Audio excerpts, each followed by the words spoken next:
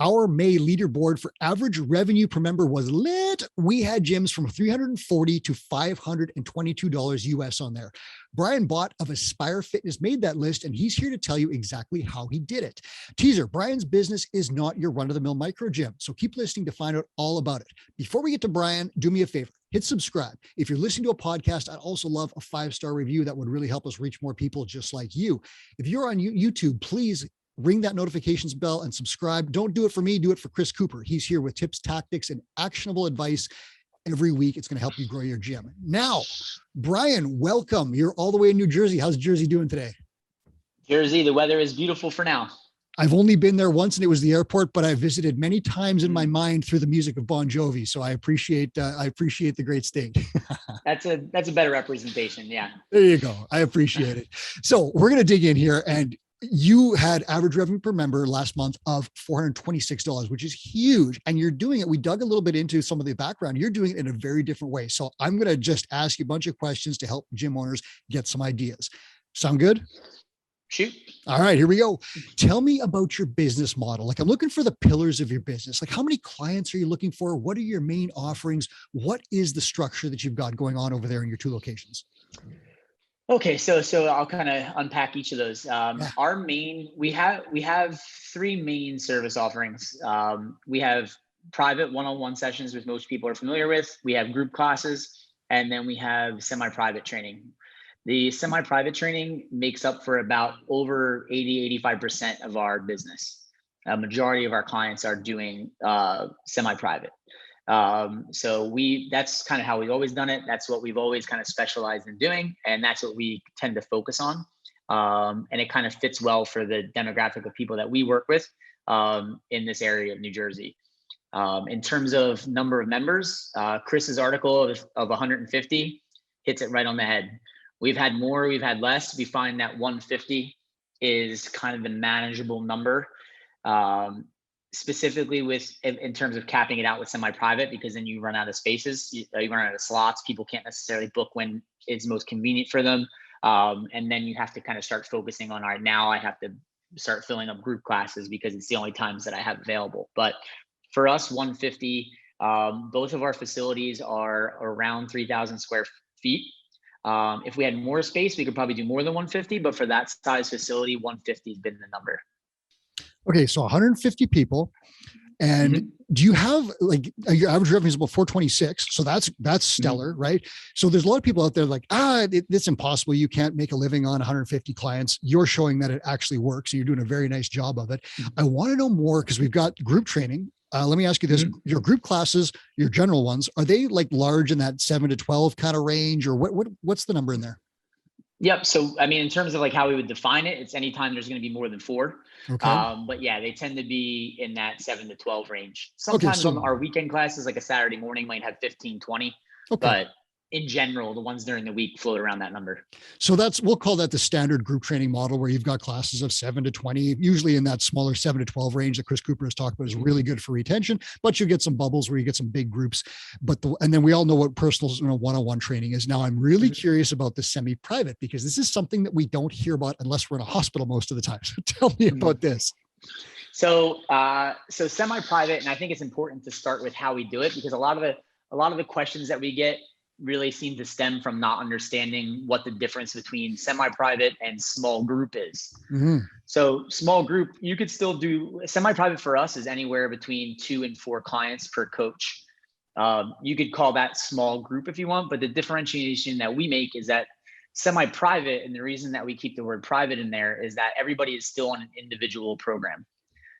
So that's a big one. Yeah, that's a big one. I'm just going to lay that out for people. That's like, instead of everyone coming in and doing like the workout of the day in a smaller group, you're actually individualizing the programs for these people and delivering it in a semi-private format. Correct. And all that work and stuff is done ahead of time. So that's a big deal. What we would differentiate between small group would be like, hey, here's the workout that we're coaching everybody that does small group through today. If someone's got a shoulder issue, cool, we'll change it. But it's not documented somewhere. What is Mike's program for his workout? So, and in a semi-private environment, I could have somebody doing, I could have an advanced client doing heavy deadlifts and weighted chin-ups, and I can have someone who may be doing their first day, and their program has a kettlebell deadlift and an incline push-up, right? Okay. I'm just kind of at that point, I'm standing back and coaching them at the same time. Not necessarily saying, here's the workout, guys, and I'm going to modify it for you as we go. We would label that small group, which is something that we don't do. We either do large group or semi-private. Okay, so that's a key definition, because you often think about group training as personal training in a group environment, but it really isn't, right? In a large group of 7 to 12 or 20 people, you're contacting each client as you go around the room, maybe like, I don't know, 60 seconds, 2 minutes kind of thing. Like, you're not spending a ton of time with them. You're leading the group and you are giving people personal attention, but it's divided in many ways, and it's much lower level. In this small group setting where you're talking 2 to 4 people, or semi-private, 2 to 4 people, you're able to then devote a large amount of attention to each client and actually help them through individualized programming in that format. And I'm guessing this works very, very well for a skilled coach. Is that correct? Yep. And the last part is what you hit on the head. It's not easier, right? Yeah. It's like, I would say it's better. That doesn't mean it's easier. It'd be much easier to have 4 people come in and I'm just modifying it kind of on the fly. But what's better or at least what we believe is better for the client, is if they have something that's individualized for them. Right. Okay. Because if you go back to why most people at some point would choose one-on-one training, if you ask them what they liked about it, it's usually not like, well, I like to talk to Brian for an hour, right? They like that there's something, well, I know that it's personalized for me. I know that, these things are being tracked and the program's appropriate and the coach knows me. All those variables we can still keep the same in a semi-private environment. It just makes the schedule infinitely easier. It makes it easier on the client to schedule. It's more profitable once you grow it to that point. So we just find it to be a much better system. We do still offer one-on-one. There are some people that are insistent that they want to do one-on-one, or maybe they just got discharged from physical therapy or something where we really think they should have some more eyes on them, or they have a specific skill that they want to work on with a coach for one thing. But like I said, over like 80-85% of our membership is semi-private. Wow. Okay. So that you actually answered the question I was going to ask you. So 85% works in these small groups of 2 to 4. Mm-hmm. Okay. Yes. Now give me some idea about how many times a week people like that would train, and what kind of rates are they paying for something like that? So if you were to go through, we have memberships where people, our memberships include up to a certain amount of sessions per week. So we have memberships that are up to once a week, up 2 or 3, right? Most of our sweet spot, so if you were to take like the 80% of that 80%, are doing twice a week. So they'll do 2 coach sessions a week with a coach, and they will supplement that with classes. So we do it as a tier. So if you're a semi-private training member, yeah, like our conditioning classes are included for you, and all the way down. So same thing. If you were a private training membership, that would include your classes as well. So most of our members will do the 2 semi-private training sessions a week with a coach. Most of our clients will have a program that is a day A and a day B, and they'll rotate back and forth between those workouts. A majority of our clients are look better, feel better clients. So they're usually doing full body workouts. So Monday, they'll do day A with their coach. Tuesday, maybe they'll jump in a conditioning class. Wednesday will be an off recovery day. Thursday, they'll come in with a coach and do their day B strength program. And then maybe Friday, they do class again, which is a conditioning class. It's also important to note that any of those memberships include open access to facility, but it's open access if you're following the programming that we wrote out for you. So it's not open access and you just come in and like, hey, I'm going to do some of these today. I mean, listen, if someone was with us for 3 years and they were like, hey, Brian, I just want to get a quick 20-minute, I'm just going to do a couple of things, fine, right? But we don't market that as what we're doing, because we're still going to use a prescription approach, right? Like if someone comes in and is like, hey, listen, I would like to lose 50 pounds. I'm just making something up.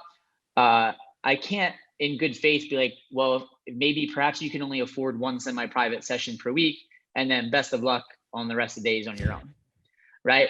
There's levels, right? They can do that with a coach and then come in and follow their program on their own on the other days during the week. So we can get creative with how they use those sessions, but predominantly that's what that looks like. Okay, so like when you said No, go ahead. Oh, sorry. I forgot about the pricing. Yeah. So that ranges for one semi-private session per week, which is really, we put it as one per week because when I'm going through a no sweat intro with someone, that makes sense in their mind, but it's really 5 sessions a month, because we'll have some clients that when they get a new program, they'll book out 5 sessions, 3 the first week, 2 the second week. Cool. I understand what I'm doing. I'll do the rest of the month on my own. And then we have other clients who like that schedule, and they book reoccurrings Tuesday and Thursday at 9 a.m. Right. And it's just, they'll change them if they need them.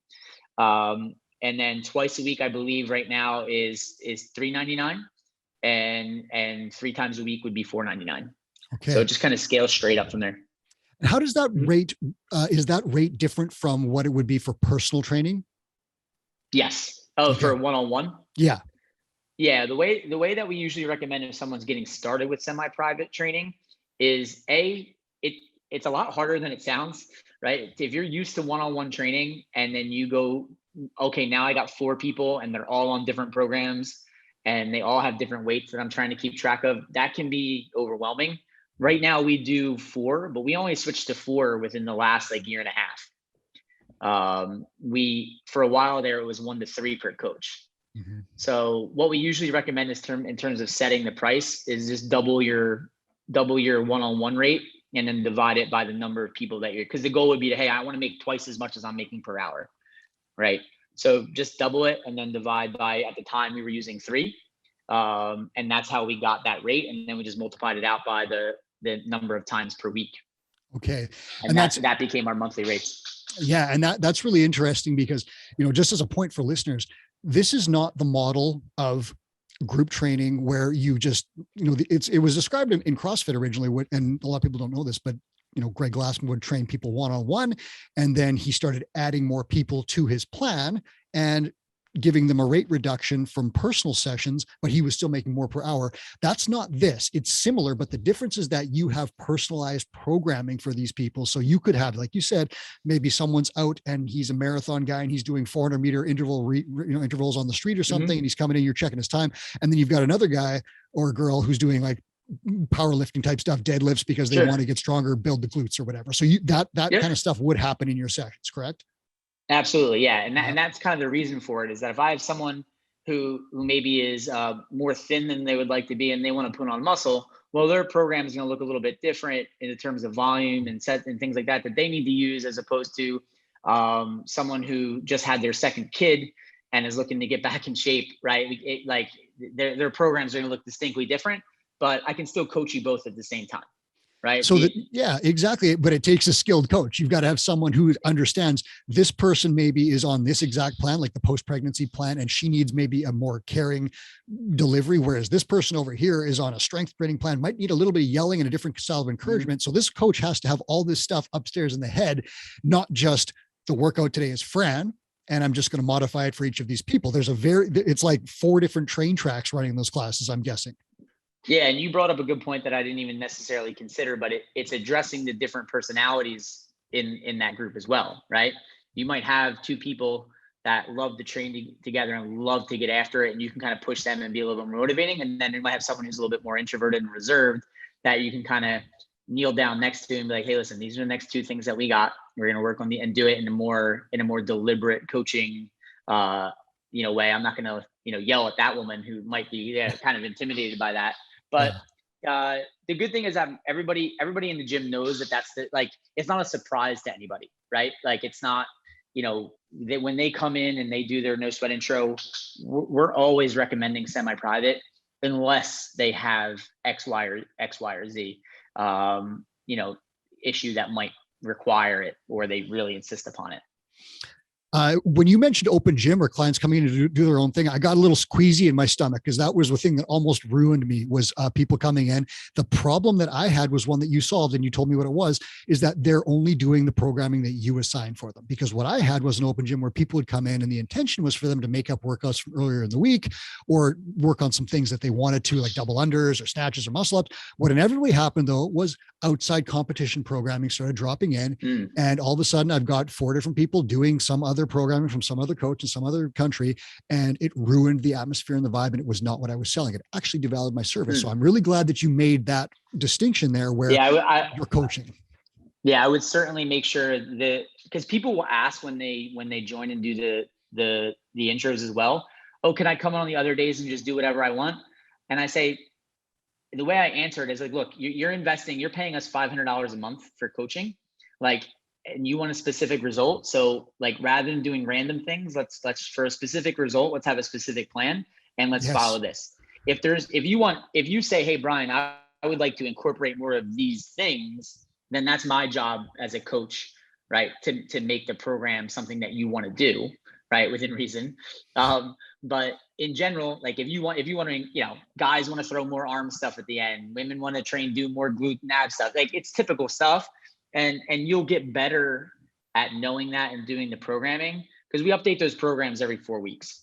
Okay. Right? If someone's coming in and training 3 times a week, not necessarily with a coach, but if they're doing their workout 3 times a week, it gets updated every 4 weeks. And we'll just touch base, like, hey, what'd you like? What didn't you like? No, everyone doesn't like rear foot elevated split squats. Like, we don't let them just take whatever they want out, but like, in general, like, we can figure out, hey, are we coloring within the lines, right? They might want to use a different color, but we're going to stay within these lines to make sure that we're all on the same page. That is a great analogy. I'm going to dig into how you find these clients and onboard them, but I got to ask you a question first that relates to everything you're talking about. How do you train coaches and staff members to deliver this? Because you can't just have I would not have been able to deliver this when I was a very new coach, and I should have probably started with one-on-one training, which would be much easier. I started with groups and they grew into large groups, and I found that very tough. Eventually I got better at it, but 4 personal training tracks in one session is a challenge for a coach. So how do you develop these people and make sure they're delivering to your standards? Well, you just go in the opposite, right? So our newest coaches will, because you would think from in the traditional standpoint, like, oh, the best coaches are going to do the one-on-one clients. And it's like, actually, our newest coaches can focus on the one-on-one clients, because all they have to watch this person do is a front squat, and that's it. And they have to stand right there, count to 8 or 10, give a couple cues, and then move on, run the timer, and make sure that they're getting a great workout. They don't have to learn how to position themselves. So if I have someone deadlifting and someone else is I'm just using overly simple examples.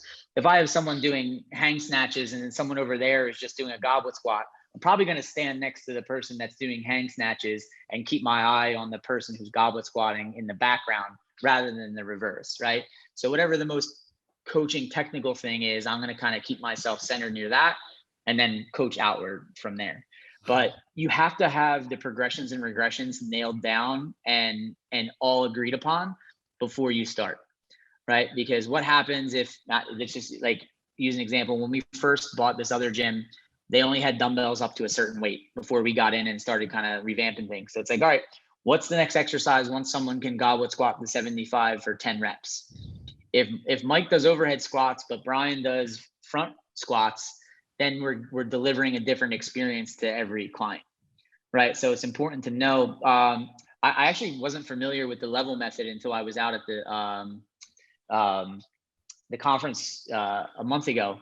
But we kind of have like our own, like, hey, once you do this, then you progress to that. Once you can deadlift this kettlebell for 15 reps, we move you to a trap bar. Once you can do that, if you have the prerequisites, you go to a straight bar, and we kind of just progress on that way. But this way, like, hey, Mike, was that easy? Cool. All right, for the next one, I need you to grab X, and then for the next phase where you can kind of progress. But this way, you have all those progressions and regressions agreed upon between the staff, and they're all trained up on them, so that whether Susie comes in and trains with you at 8 p.m.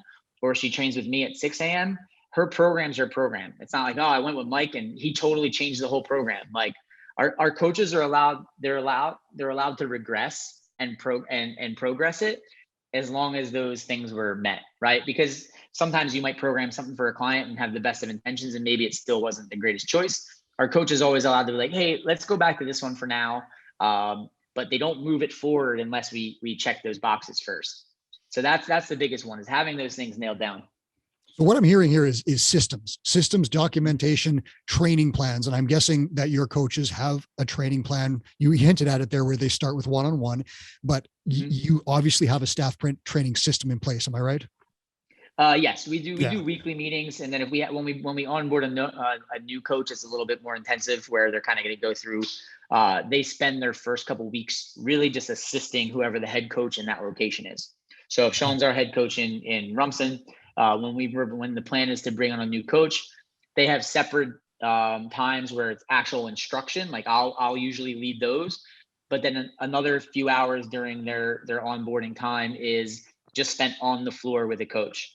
Because it's teaching someone how to coach someone in a goblet squat is relatively easy, right? We can teach that, but hey, when you have 4 members and they all have 4 different exercises, where to put them in the gym, how to set it up, and how to have it all ready, and because on one-on-one, you're used to like, how can I deliver great service? And sometimes great service becomes, I'll grab your dumbbells for you, I'll lay the towel out for you, and don't worry, I'll set the bench up. And with 4 people, you can't do that. It has to be, hey, Mike, you got your next set. We got goblet squat and dumbbell incline. All right. So I'm going to put you right here, grab the 55s.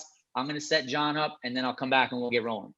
And it has to be like, because if you try to like, you're going to bring all the stuff over, you're just going to be running around for an hour. It really has to be stressed. And the clients, it's on the sales, whoever does the sales as well, to make sure that's clearly communicated. Because if someone's used to training a one-on-one, that's the person that like is standing there with their program like this, just waiting for like, all right, well, where's my coach? So as the coach gets better, not necessarily with technique, with cueing, all that other stuff, it adds another element of knowing like it's a performance, right? Like, hey, how did that go? Right? Like, I got no doubts in your ability to coach, this exercise, but you kind of forgot about Mike over there because you were doing such a good job coaching this person, and all that stuff. It takes time. If you're going to transition right from one-on-one to semi-private, my best advice would be to start with only 3 per coach, and just know that you're going to stink at it in the beginning. And it's like anything else. It's a new skill. Like I said, it's better, but it's not easier. Okay. I could talk to you about coach development all day, but I'll stop myself because I want to get into marketing. The one thing I'll ask you is, how many coaches do you have full-time and part-time? Total, or like you want to do it like per gym? Whatever's easiest for you to break down. Yeah. So we have 1, 2, 3, 4, 5, 6, currently have 8 coaches. Okay. Spread basically equally between. Yeah. And all full-time? Mm-hmm.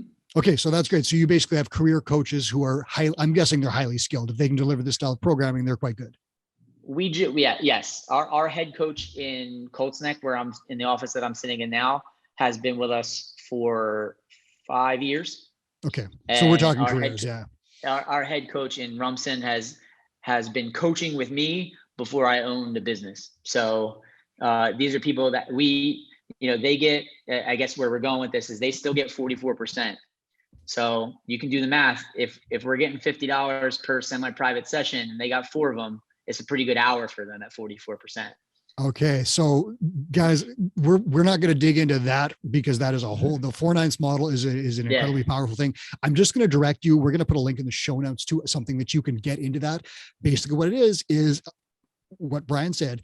44% of a fee goes to the coach, 33% is profit for the gym, 22% goes to cover fixed costs. And if you do that in this model that Brian's talking about, your coaches can make significant hourly wages that then mean they don't have to coach 40 hours per week like a zombie. They can make a good salary working less and providing better service. So I am going to put a link in there so you guys can check that out if it's interesting to you. And I recommend that you do. But Brian, I'm not going to make everyone listen to me, go through fractions here for you. I need to know about onboarding. How do you you mentioned this already.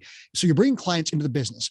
Talk to me about how you do that so that they're set up for success and they understand how semi-private training works and all that. And then I also want to know about what you're doing in terms of length of membership commitments and so forth.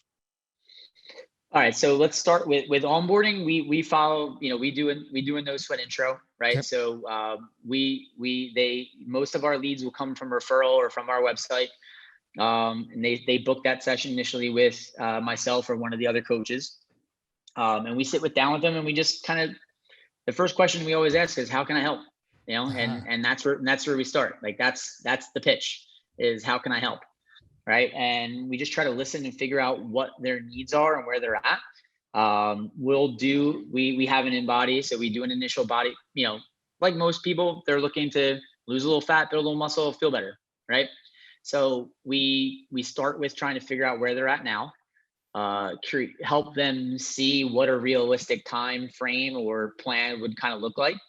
We'll do a movement screening with them to see where they're at, so we have a good idea, because that first program is going to be designed by whoever did the initial like strategy session, right? We use different language, but we call it a strategy session. So, but same thing.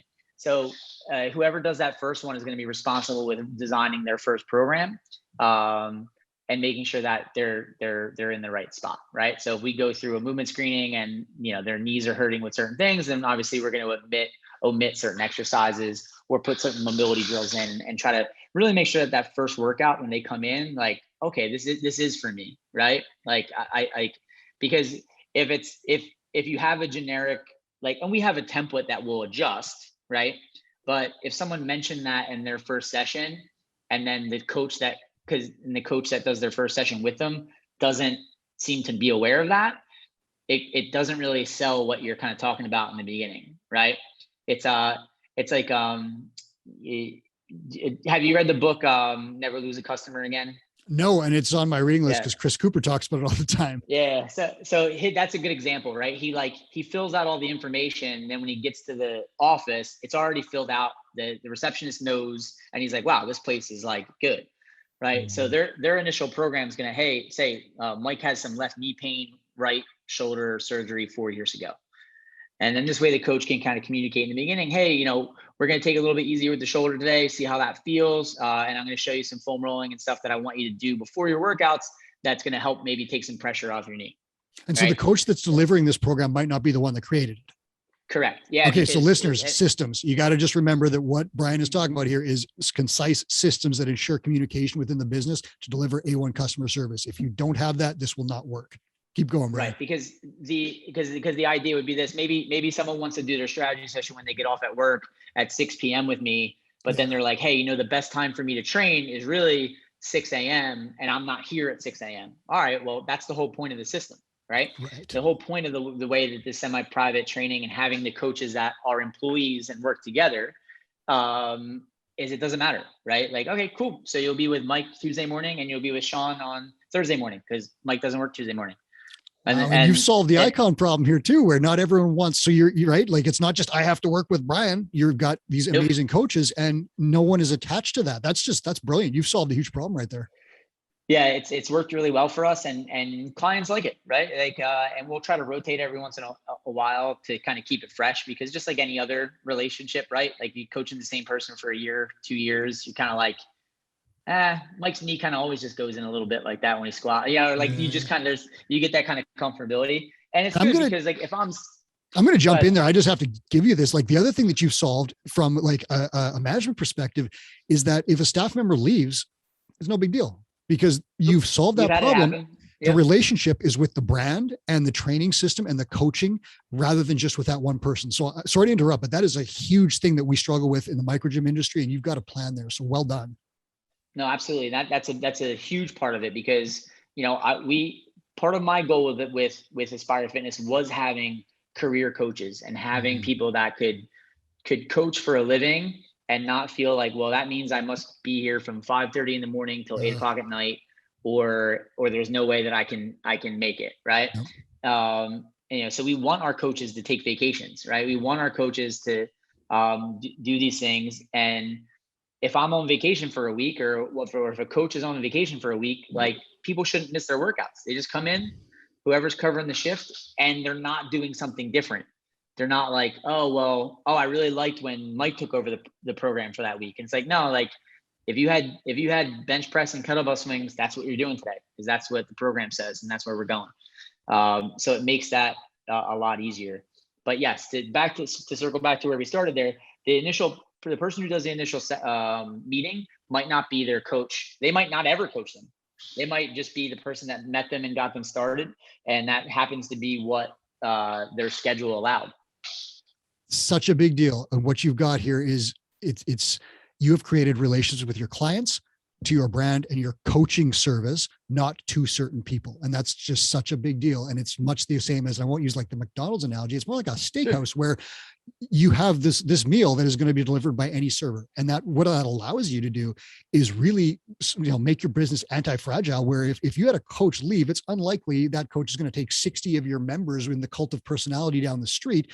And it also allows, and this is huge, is holidays, downtime, new coaches, fresh faces, all that stuff that keeps training fresh. So this is like, listeners, if you've got a situation where your client can only train with you, you might want to look at trying to develop something like this, because if that's the case, you can never take holidays unless you want to make less, right? Because they're not going to train when you're gone. So this is that, don't misunderstand how important this one is, Brian. Like you did, that's really cool.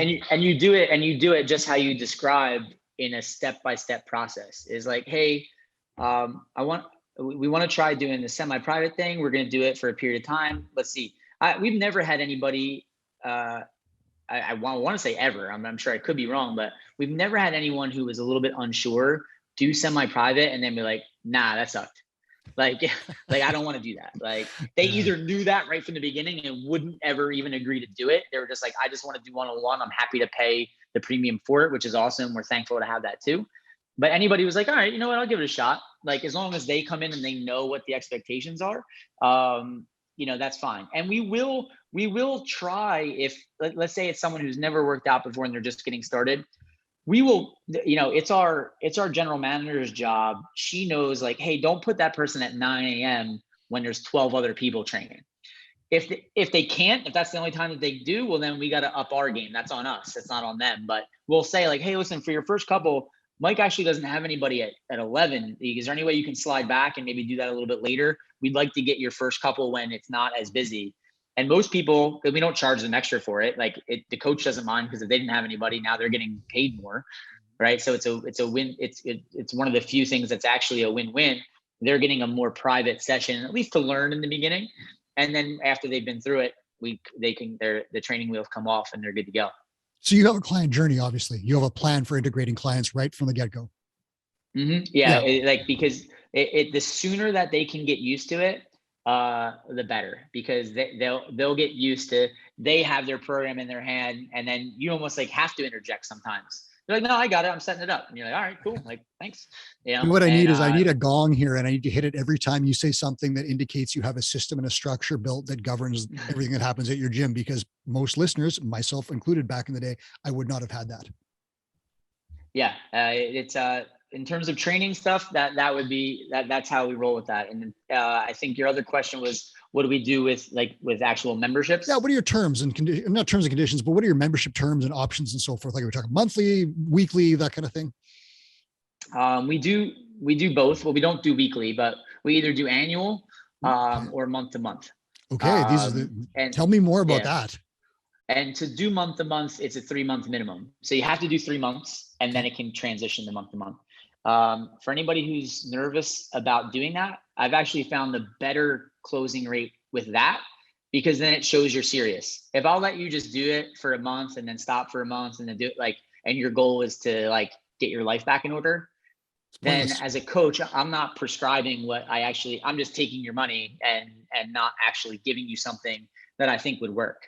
So I'd never have a problem looking at someone during a session, and we'll make exceptions if they're like, hey, I'm leaving for Rome in 3 weeks. All right, well, you don't have to be like, oh, you can't join.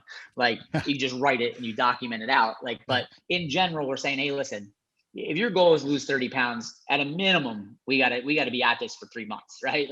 And they're like, no, I totally understand. So, well, if you're unsure about getting started for a year, we can get you signed up for the month to month, and at 3 months, you can kind of decide if you want to switch over to an annual or let it run month to month.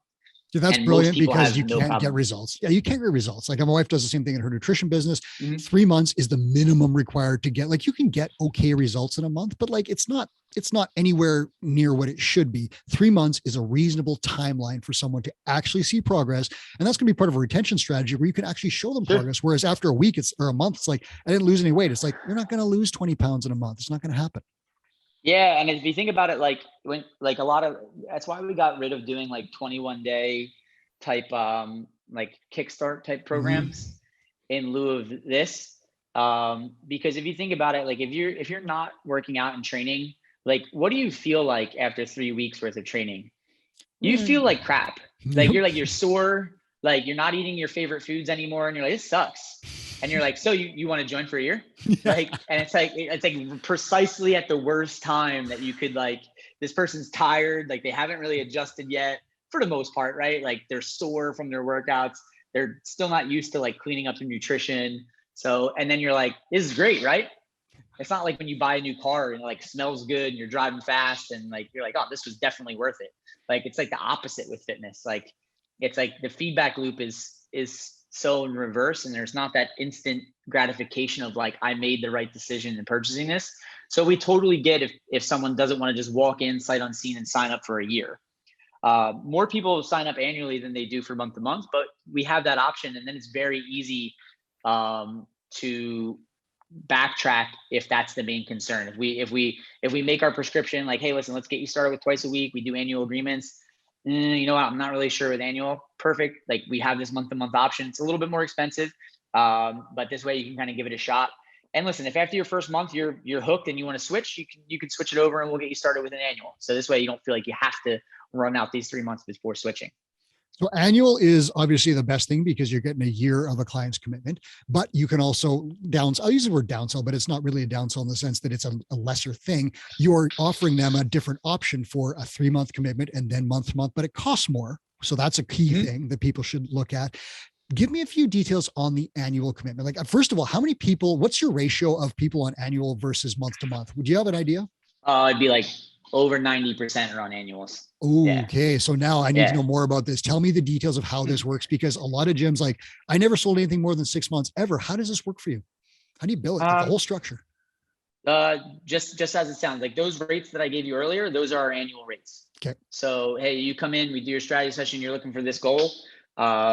We don't have a fancy sheet. It's literally a white sheet that says 1 session per week, 2 sessions per week, 3 sessions per week. Simple. Yep. And we're prescriptive, like, and it comes down to the analogy that I use. And again, we do have a high average revenue, but like it really comes down to sincerely only selling someone something that you think that they need. If someone came to me and was like, hey, Brian, I've been doing, we're not a CrossFit affiliate, but like, I'll just use that as now. I've been doing CrossFit for 10 years. I really enjoy just having a program to follow with a little guidance. I'm pretty good at, I feel like I've been doing this for a while, and I can see that because I did their evaluation. Like, don't recommend 3 times a week for that person. Like, well, I think you should really get started with 3 times a week. I'll say, listen, you're crushing it. I think the biggest value that I can offer you is my programming. So our lowest entry point for that is 1 time a week with a coach. So that's what I would recommend for you. If you feel like you need more than welcome to, but I think the biggest value add for you is going to be in the programming. So what I would recommend for you is it's once a week with a coach. It's $299. It's on an annual agreement. All I need to know is when you'd like to get started. And build monthly. Correct. Yep. Build monthly. So whatever, so let's say you came in for your evaluation on the 1st, we would collect the first billing that day. And then all your other billing dates coincide with your first session, right? Because let's say someone join on Thursday, they want to get started on Monday. Mm-hmm. We would do the first billing on Thursday to collect payment. And then all the other billings would be on whatever that date was that they do their first session. So how do you avoid, because we've heard about gyms that will sell annual stuff and then they just, clients just vanish and they disappear and don't pay. How do you make sure that annual client stays and keeps paying and then re-ups? What's the plan there? So a lot of it is done in the first month. So I don't remember if it was Strava or Nike, but they did a study when they were using their app that, and they have a lot more data than we have. That if users got to, I think the number that we use is 8. If they did 8 runs in 30 days, that person used the app like 100x times longer than the person that didn't get 8 ones. Yeah. So we're trying to book that person's first 8 workouts that day when they sit down. Now, it's not always feasible with everybody, but after I do the strategy session, they'll go to Lauren, who's kind of our customer service manager at the gym, and she'll work on that with their schedule. All right, we want to try to get your first 8 appointments in the first 30 days set up. And doesn't matter whether they're doing 1 session with a coach or 3 sessions with a coach. If they signed up for 3 times a week training, it's relatively easy. right? They're going to book 3 points, right? But habit forming, what right? you don't want to do is, what's that? This is habit forming. Yes. Yeah. And we're just trying to get them, hey, let's get you on a recurring schedule. You can always change it, right? But what are 2 days a week that you know that you can bank at what time you can train? And then we're going to start from there, because if you do 2 times a week for 4 weeks, that's 8 visits. And it's her job to monitor if we use MindBody as our CRM type stuff. You can run a report if someone hasn't checked in the last X number of days. So she runs that report almost every day. If someone hasn't checked in within the last 3 days, then she's going to send a quick little text or reminder through Jim Lee machine and say like, hey, Mike, I noticed you haven't been in yet this week and I don't see an appointment on the schedule. When can we get you in? So the easy tendency would be like, well, Mike signed up for a year, so don't have to worry about him. Yeah. And it's like, yeah. And that from a lot of things I've seen, it like people are making that buying decision on whether they're going to renew there or not within their like first 30 days of being at the gym, right? Like, and you can usually get a pretty good vibe. Like we just keep at the gym like a plus minus total, like rather than getting it. I mean, we track number of leads, all the things too, but in general, we're looking at plus minus every month. Like, so meaning if 2 people quit, did we get 10 people that joined? All right, that's plus 8. And as long as we're hanging positive numbers, we know in general things are going in the right direction. And for the most part in this system, we can almost in crazy accuracy look ahead and say, yeah, I don't think Mike's coming back. Even though we've tried, we haven't been able to get him in. And then look at the other ones and be like, no, I'm pretty sure that they're all renewing, and so it's really important that you have someone whose job it is. It can't be the coach's job, right? Because if I'm one coach and I work 6 hours a day, let's just say, and my schedule's full, I have 24 clients just that one day, right? And now I'm back tomorrow and I'm assuming it's different clients because it's 2 days in a row. So now I'm at 48, like it's hard for them to manage. So having a separate person do that has been awesome because they can block out an hour of their day and basically get to everybody, right? Because all 150 members aren't going to be on that report. If they're cranking along, then we're good to go. If they're not, then that's going to come up on that report for her, and it's her job to kind of follow up and try to get them in. So I could have just rang the gong like 5 times again for the systems that you just laid out. But what you've got, just for, to bullet point this for listeners, is you have an intake system and a client journey in which you know that the better job you do in the first 8 sessions, or call it a month, whatever you want to call it, the better job you do there, the longer people are going to stay. And I've heard this time and again from successful gym owners. The better your onboarding process is, the longer, the more intense, not intense is the wrong word, but the more involved, the more touch points, the better the relationship that you build early, it almost always equals better retention and higher average revenue per member. That's something we hear relentlessly from gym owners who have great revenue. So guys, if your onboarding system is like, I signed up for a year and see you later, that is a bad plan. You need to work to create a relationship, habit forming with these people. If you do that, it's very likely they're going to keep going. And then you've got the retention backup of, or during the other 11 months, great personalized programming with updated programs. I'm guessing you've got goal reviews built in there as well. Am I right? Yeah, we'll usually do that like the session before they're due a new program. There you go. So you've got, they're happening all the time because you're doing personalized programming. You have to know what the results and so forth are. So you've got that built into the plan. All of this, guys, is a retention system that will keep people happy on a year-long plan and then have them re-up without even thinking about it, which is great. And the thing that I love is you're scheduling their first session. So like trying to give everyone that first experience that is exactly the same, not the same workouts, obviously, but the same thing. We're going to get you laid out for 8 sessions because we know that's going to get you on track. If you just said, okay, well, book your first on-ramp session, and this is what I did back on the day, we'll book your second session after the first session.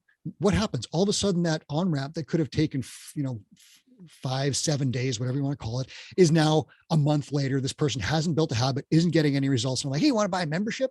I'm like, no. Yeah. So or it's like if your next touch point, because if you think about it too, like with a month, yeah, it'll continue on, but at that point you're asking, you need, just from a percentage standpoint, every month you have to ask for money again. Every single month it's asking.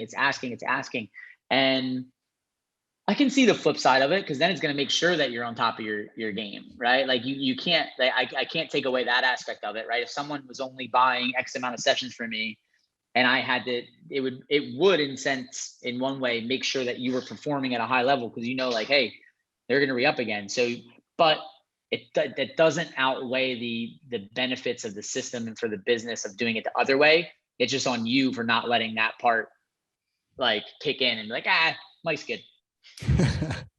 Now, I could eat your entire day with this podcast, but I'm going to ask you the sort of the final summary big question here. Where do you find these people? So you have great clients who are willing to sign up at high rates for a year. How do you find these people? Do you spend a ton of money on marketing, or where do they come from? We used to. So our gym in Colts Neck was open pre-COVID, so in 2015, and then took a hit through COVID, obviously. And we back to get to that number, we were spending there was a time where we would spend $100 a day on Facebook ads. Yep. And it's great for lead development. It's not necessarily great at and I'm sure there's people that are infinitely better than what I was doing at it. This is just our experience with it. If it wasn't great at getting qualified leads into the door. You got a lot of people, because I can't pitch you on a year's membership and hang a price tag of, well, try us for $79 for 21 days. It's too much of a disconnect. I'm going to come in for this $79 trial, and then you hit me with $400 a month as my bill. Why did I do this? Right. Like, and maybe some of those people can fit into a group program, but it depends, because we would always try to bring our best service to those programs, and it would include semi-private training. And then it was like, yeah, and that's, $400, $500 a month, and it like, so it would be a disconnect. And the time, the effort, the strain on our team on servicing, when you get 30 new people that are starting and go through that process that I just started. It's not just like, well, these are Facebook leads, we won't do that process with them. Like, we had to do that 30 new programs, and then don't forget about all your other members. Like, we just found that when we were looking at the plus or minuses, it never really, and maybe it says something about how we operate as well, but for our system, it was much better to focus on doing a really good job with the people that are here, earning referrals, and letting people who are already kind of being referred to us come to us. Our marketing budget right now in Rumson is zero. Since we opened.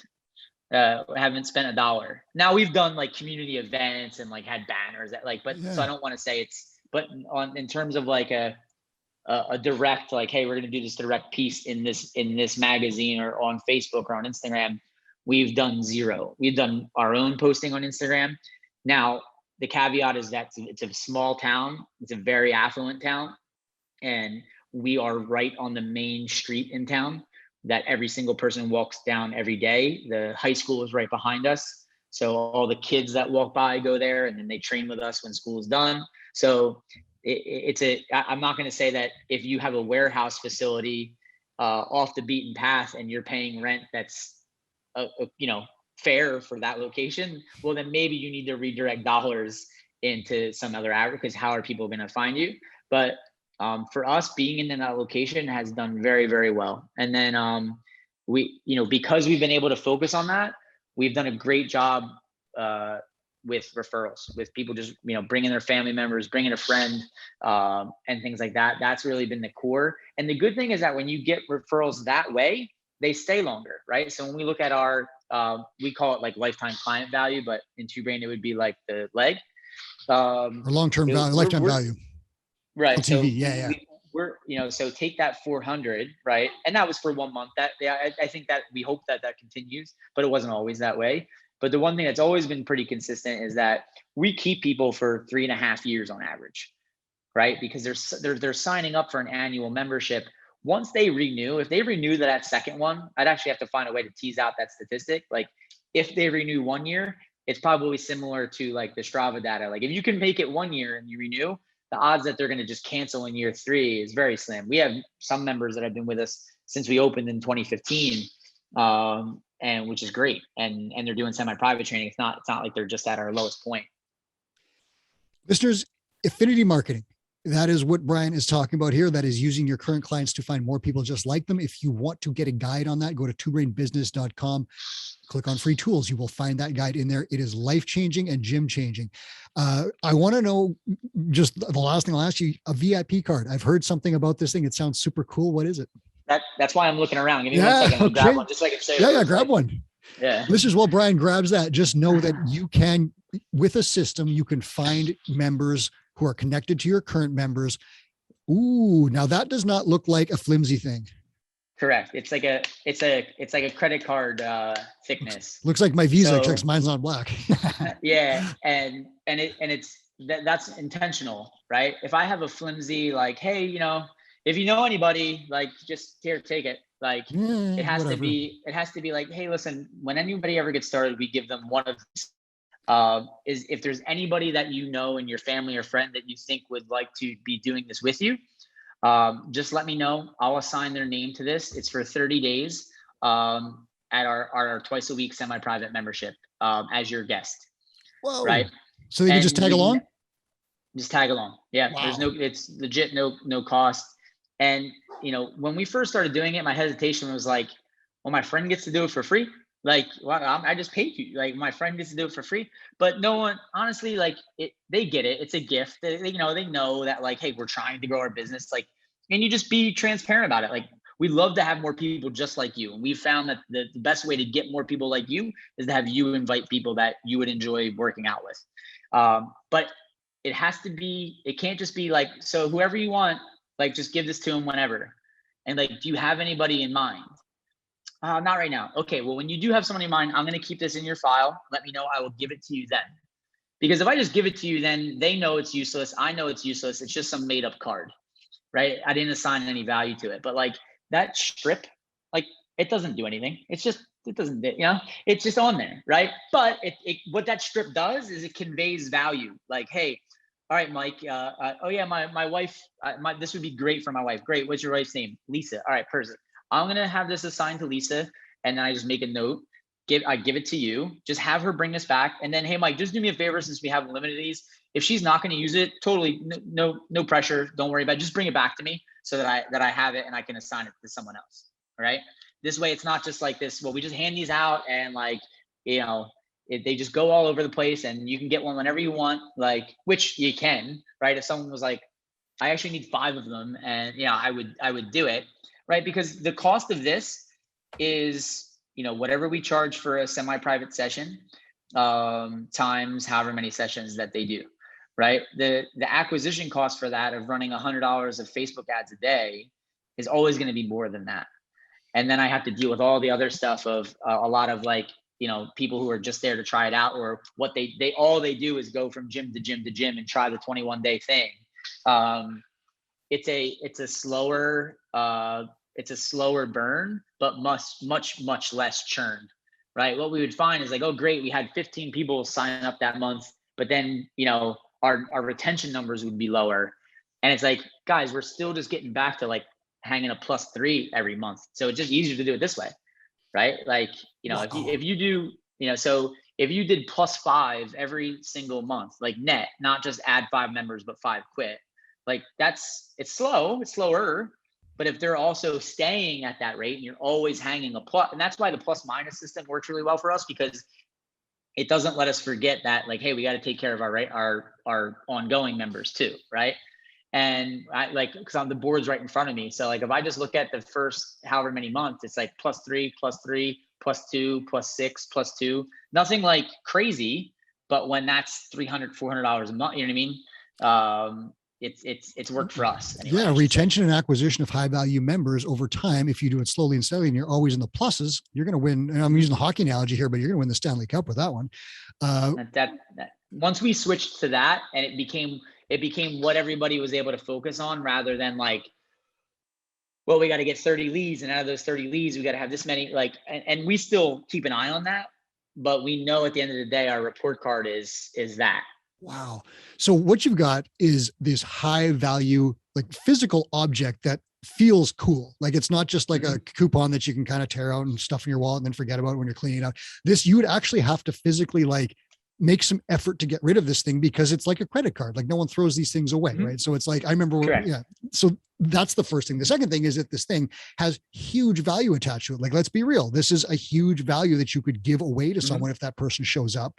The third thing is that you're using this only with people who are already attached to your business. Like they come in, they see your value, and you're asking them for someone just like them. So this is like affinity marketing, like supercharged, where you're giving them, you're basically screening out clients you don't want, finding people that are highly likely, like the hottest leads you could find, like spouses of current members, kids and family and so forth. And you're finding these people and bring them into your business. Let me ask you this as a final thing. What is your process for then closing these people? Like when you've given someone one of these cards, how do you then get them to sign up when the card expires? Well, we still do that same, like, so whether you came in with this or you came in from another source, the process is all the same. So we still go through that goal setting period. We still go through all that. We've had people just come in and sign up and just use it. Like, and they just all right, use this for their first month, and they just do it. Right. That's not always the case, but a lot of times, like, we just do it in that second session, and whenever their next goal review is, right. So whenever they were going to get followed up with, because that's the point I was going to add. The other great time to hand these out is when someone has just an awesome goal review. So, let's say it was a fat loss client. They come in, they do their in-body, they're down X amount of percentage body fat. They're just like ecstatic. I've never been able to do this. You guys are great. Perfect. Cool. Here, while you're having at it and you're ready to sing our praises, if there's anybody else that that struggled like you have and hasn't been able to make it work, I'd like you to be able to give this to them so they can get started. And those people, do they almost invariably sign up? Like, do you have a statistic by any chance? I don't have one on that specific one, but they're lumped into all of our other closing rate percentages, and it hasn't been negative. Like, I would say it's whatever our closing rate is for other leads, it's the same, if not higher. Yeah. So basically what you're saying is that this card works and it does bring in high value clients for you almost invariably. Yeah, because it's such a strong filter that if people get through that filter, they probably want to be there. Right. Like, if someone gives this to you, it's a month, right? It's personalized, it's whatever. The person referred you knows what we cost, right?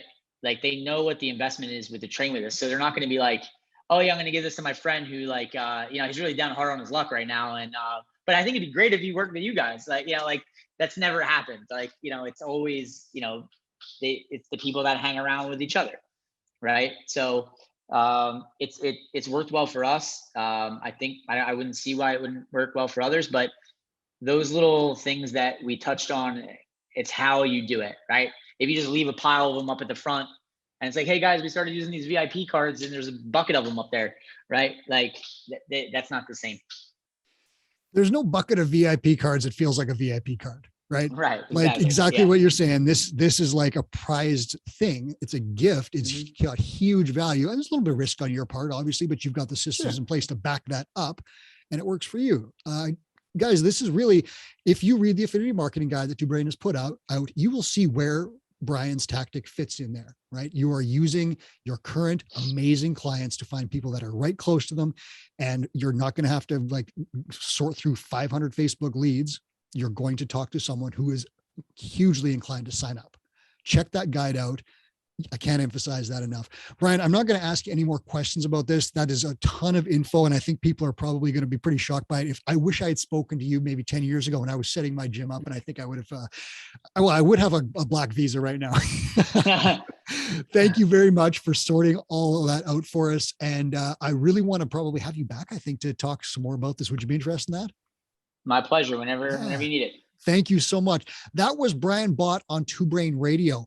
Thanks for listening. Please hit subscribe on the way out wherever you're watching or listening.